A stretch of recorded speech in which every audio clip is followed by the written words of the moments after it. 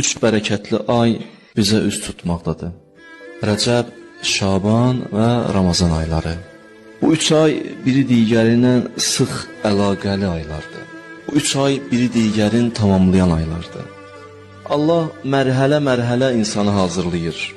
Hətta o qədər hazırlayır ki, sonda bəşəri özünə qonaq eləyir. Bu günlərdən hazırlıq gedir. Bəşər Ramazan ayının birinci günündə gəlir bir hətta çatır ki, Allahın olur qonağı. Amma bunun müqəddiməsi Rəcəb və Şaban aylarından başlayır.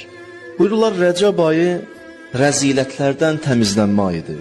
Pis xüsusiyyətlərdən paklanma ayıdır. Nə qədər bacarırsınız, pis xüsusiyyətləriniz varsa ki, özümə birinci deyirəm, bu pis xüsusiyyətləri özümüzdən uzaqlaşdıraq. Mərkəzləndiyimiz nöqtə rəzil xüsusiyyətlərlə mübarizə olsun. Rəcəb ayının düsturunu deyir.